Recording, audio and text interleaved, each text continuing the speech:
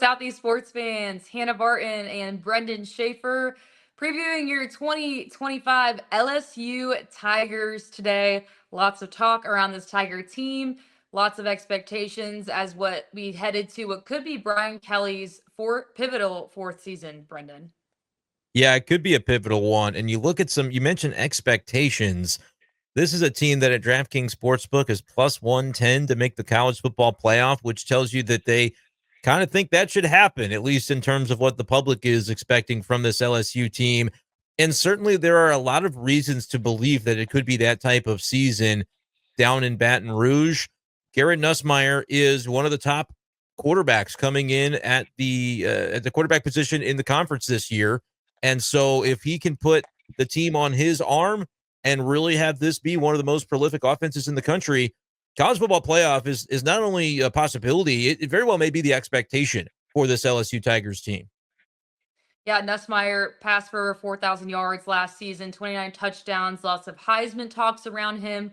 Has said that he returned to LSU specifically to win a national championship. So definitely a lot on the line when you're talking about Garrett Nussmeier and what he's going to do for this offense. But he's not alone. He's got a lot of talent and a lot of depth when it comes to his offensive weapons as well.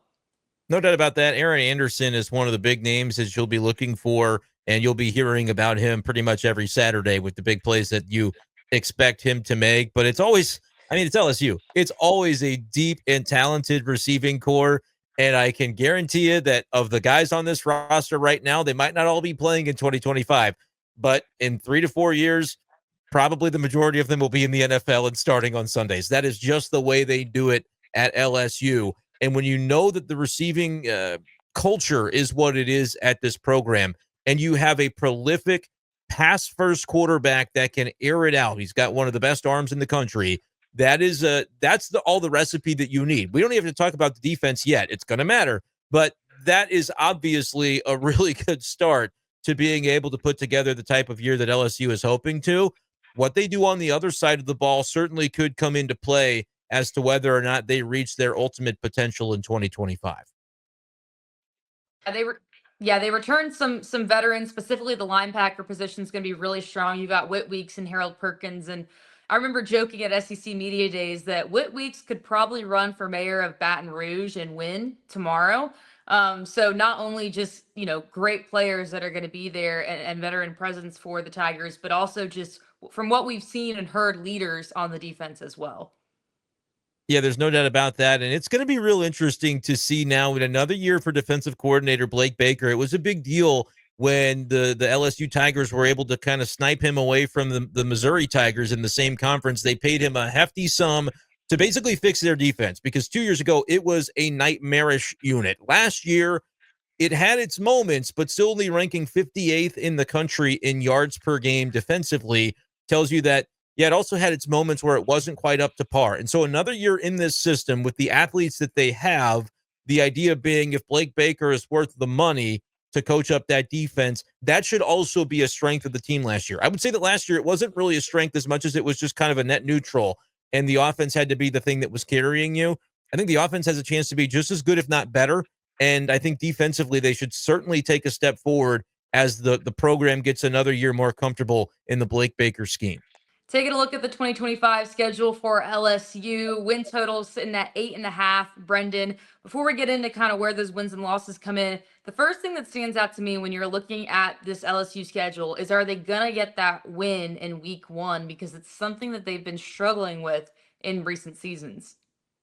Yeah, it's a non-conference game, but it's a non-conference game where you are really challenging yourselves to say, "Yep, we'll go to that other Death Valley. We'll go to Clemson and try to kick off the season on the right note." The good news is, I think you're going to get a lot of credit from AP voters and things of that nature. This will be a top 10 matchup when it rolls around here in week 1, and if you win it, you're on the fast track to being really well regarded on a national landscape, right? Like, people are going to be paying attention to you if you can go get this win at Clemson week 1. It doesn't count for your conference schedule. So as you think about trying to get to Atlanta, get to an SEC championship game, you could drop this game and still be able to accomplish that, not easily, but certainly possibly if you're LSU. But if you can beat Clemson at Clemson, Well, either that says a lot about Clemson and where they are at this point, or it says a lot about where LSU could be, kind of taking it to their competition and ready to go on a warpath to try to make the CFP. You're looking at the schedule, and I think where the real chunk and challenge comes in is that starting at Ole Miss, you go to Ole Miss, you host South Carolina, to Vanderbilt, host Texas A&M, go to Alabama. So lots of back and forth, going to be lots of traveling for the Tigers. This is the first thing Hmm. that kind of stands out to me. And then also, obviously, going to Ole Miss is probably going to be one of those that they have circled, and to Alabama, obviously, as well. Yeah, it's kind of like the middle of the schedule is your real gauntlet. It's not to say you don't have bookends, because we mentioned the Clemson game, and then you have to go to Oklahoma to finish the season. Oklahoma certainly has higher expectations than what they were able to accomplish as a program last season in their first year in the SEC. And so going on the road for that final game, rivalry type of game, is not going to be an easy task. But in the middle, you mentioned that stretch, Ole Miss, South Carolina, like, those are teams in a very similar boat. I feel like you could kind of lump LSU, Ole Miss, South Carolina, maybe even Texas A&M, maybe even Florida into kind of a similar category here in the conference, where for all those teams, it's like, all right, we didn't make the playoff, but we kind of think we should be doing it on a regular basis, and we have the talent this year to do it. And so that kind of, it's like a little round robin that'll take place. Not everybody will play everybody, but those teams, LSU gets a crack at all of them.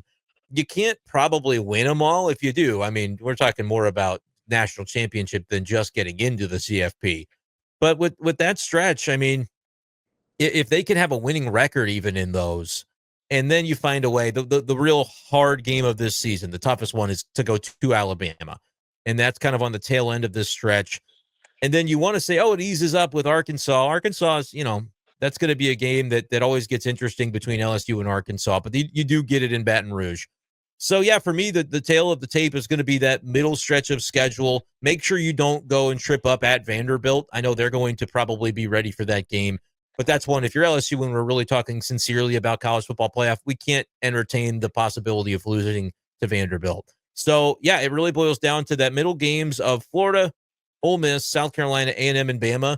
If you allow yourself 2 losses there, but clean up the rest of your schedule, we could be talking about college football playoff, I think, in a very realistic way.